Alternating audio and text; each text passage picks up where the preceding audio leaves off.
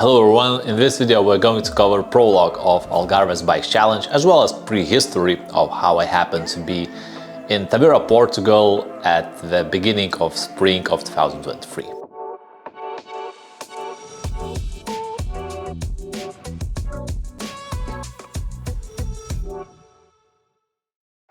It kind of started 6 days before Algarve Bike Challenge when Nikki arrived to my place in order to do some first ever riding together. However, it didn't end up exactly as we expected because 500 meters down into our first ever ride together, my dropper died and we had to find some solution because Nikki arrived specifically in order for us to do that ride. We solved that issue by going to the bike shop, purchasing seat posts, installing into the bike. Nikki had a colleague who does service of Fox equipment, so he sent that dropper for the service and we had our fingers crossed that he will make it. Because our ride was on Saturday and we had kind of 5 days up to event, the dropper has to be shipped, serviced and returned back in 5 days. Is it possible in Portugal? Who knows, we'll see. That didn't disturb us from our riding. We did stage 2 of 2022 and eventually it turned to be that this stage was completely different from what was going to be this year, but that was irrelevant because we just wanted to do some kilometers together to get a sense of what's what. So, Nikki, what do we have here? Yeah, Explain what this thing lack is. of maintenance. I get. You ride too much and maintain too little. So thankfully on the race day, Nikki arrived with a dropper in his hand and that wasn't his dropper. He managed to send the dropper for the service and it returned back. The only thing we had to do is to make sure to install it, change the cable because the shield was already gone and check whether all the bolts are torqued. With that in mind, we went to check Prologue's race course and from that point we had the ability to check the course and how it's going to be like. Here you can see a map of the course which I made. The purple is full gas, red is uphills, blue is where you're going down on the stairs, and the green is like a bit easier section. We came at the course around 4 p.m. just to make sure that we have enough time to check it. I already have full on board of the race, but without seeing how it looked like during the day, it's not exactly the same because there was a lot less shake and in general during the day you could see more surroundings around. We did 4 laps in total, where in first one like this we just checked how the course looks like, and in the upcoming ones we either try to get sense of better trajectories and just getting used to the course in general. Of course, you could have just arrived to the start and that's kind of it, but because the race started at 6:30 p.m. and our official start was 9 minutes before 10 p.m, it was clear we are going into nighttime, and in the night things can be a bit trickier, so we just made sure to check the course. Actually, it's just 2.5 kilometers, it doesn't make much of a difference. The reason why this was kind of important is because based on your result in the Prologue, you will be classified in the starting gates. The better you finish, the better your starting gate. The better your starting gate, less queue in the track. So that kind of was an idea to make sure to do it properly rather than just in a single go. And you can see on the upcoming laps, we already started to choose different lines. You get a sense that you will have a better exit point in one or other area, so that kind of a good thing to know. It's also kind of important to mention that during the night the cobblestone might get a bit humid. It's just reducing the risk by knowing where to ride how. The closer time was towards the race start, the more queue started to build up in the course, so we kind of even skipped few sections during that just to make sure that we ride those more technical ones. And you will see that there is a big difference how you ride those stairs for the first time and how you can ride them once you know what to expect. In general, atmosphere was great. Everyone was posing for the camera and just waiting for race start.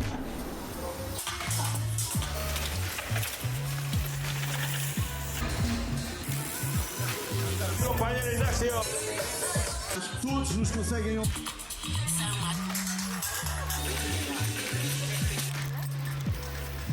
After a few laps, we just decided to go for a coffee and few pastel de natas. Who doesn't like pastel de natas? Not me. I love them, so it was kind of a way to spend a bit of a time together as well. Now, you know where I'm losing the most? In editing. I mean... You have heard that I said the most time during those videos creation goes to the editing, and by now you probably already can see why. The last lap we decided to take was a bit more up-tempo, so we pushed a bit where it can be pushed, and you can see that the queues were building even further. So knowing where you can overtake is a good thing, because during the night the starts will be 3 teams per starting time, meaning there are 6 people on the course and you don't know what you can expect to have.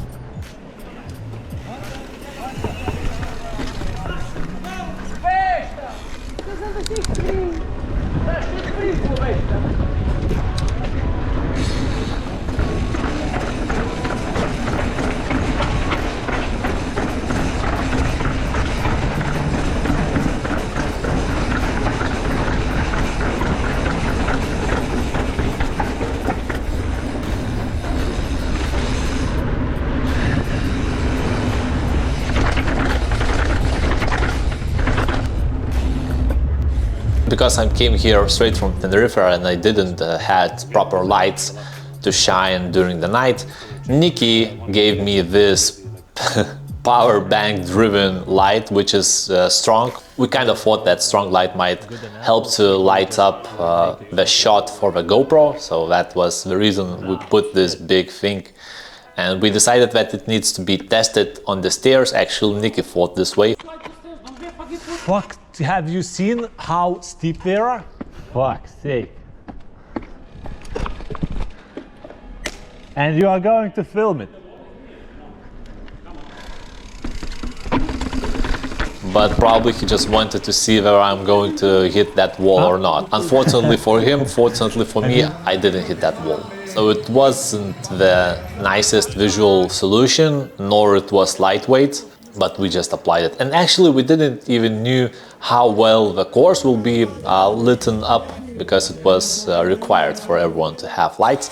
So that was just yet another reason why I chose it. Because the race start was significantly earlier than our start, we just left our bikes, dressed up and came to watch how others are riding. The race started from mixed groups, then it was Grandmasters, Masters, up to the open group.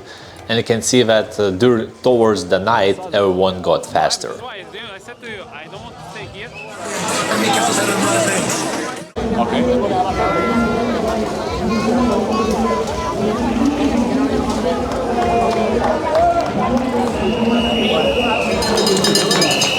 Oh, that was close. Did you hear the fucking handlebars touch the...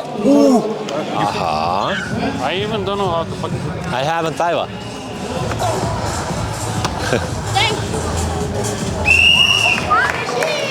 Go, go, go, go, go, go, go, go, go!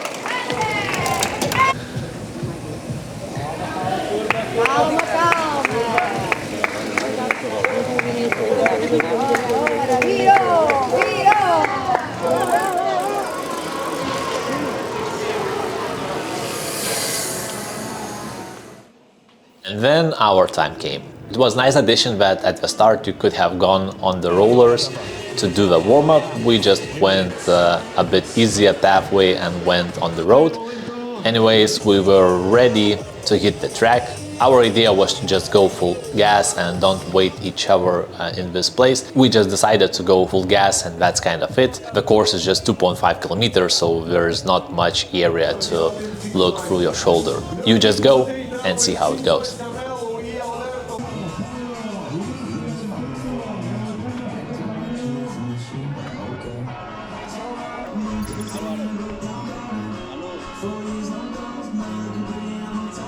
At the start I posed for the camera a bit, and you can see that we've been riding with 2 cameras. Nikki's at the back. at the start, and we off to go. The first corner was a bit tricky because you have to allow others enough space. The guy in front was pushing quite hard and I was not even able to get towards his rear wheel on those straight. Even though you can see that the effort I'm putting is not that low, I would say. Probably the most trickiest parts here, apart from the stairs, were sharp corners. You don't exactly know how predictable those cobblestones can be. The other reason why knowing the course is really a good idea is that you know where you can attack. So for example, in this place I knew that it's going to be narrow, as well as you will have to go down the stairs, so it just doesn't make sense to do any overtakes. And for example, this place was a lot better to go on the right rather than on the left, because if you turn to the corner towards the left side, that way you will have to cross stairs in the middle. So just knowing the course yet again proved to be a good idea. And after this straight, I knew that there's going to be an uphill, pretty steep one in the castle, very nice surroundings. And I did my best to make an overtake in order to go here at my own speed. You can see that I'm pushing here quite hard, but funny thing to mention is that at the start my heart rate was 140 something, which kind of never happens during the casual race. It's normally at the most at 120 I probably have seen in the past. So it was kind of something special, something exceptional, and the heart rate also signified that. After this climb, I knew that there's going to be an easier section where you are going down, so it was nice knowing that your suffering will be delayed a bit on these pretty easy sections. For some reason I decided to turn different screen on the Garmin, but it was not in that bad place. Here it was also kind of a downhill, easier section before the longest climb in this course. From time to time I looked over my shoulder and you can see that Nicky is yet to approach that corner to the left. So he's a bit behind, but I couldn't properly see where he is, and you can see that I kind of attacked those poles. I decided that I have a really good light and I'm not using it at the full extent, so I just tried to turn it on. And this is a perfect example how you can turn just casual city garden into complex to turn and pretty hard to ride. So it's just a very nice configuration of the garden to just make sure that the course is a lot more interesting to ride than just going in the narrow streets, which at the extent was also a very nice experience.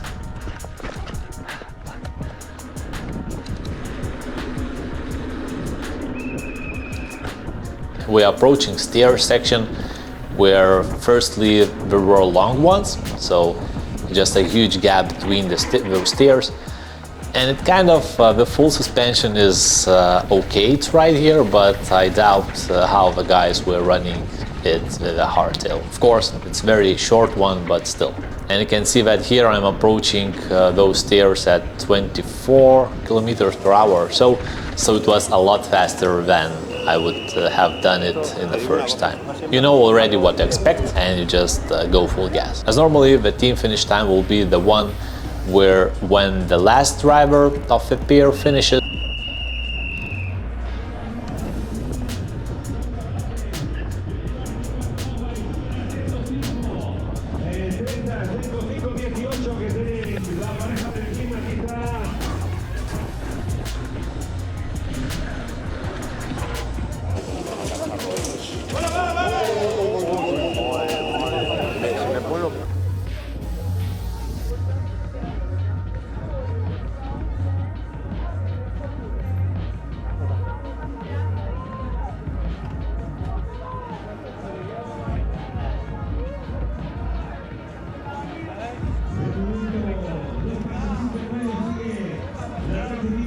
we finished around 6:34 or so, and you can see that Nicky is here at the finish line. And also, you know that part I feel blood taste in my mouth, so it was a good one. How it was, Neringa? Fast?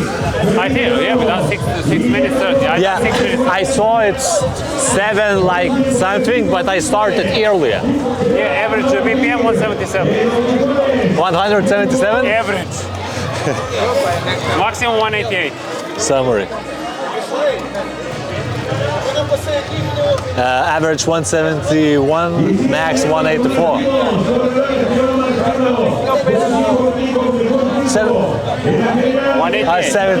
This was only 2.5 kilometer course, and upcoming there are 2 stages left. We will see how it goes, and I can actually spoil a bit that during the first day my race was almost over in this moment. You can check highlights and full onboards of our days here.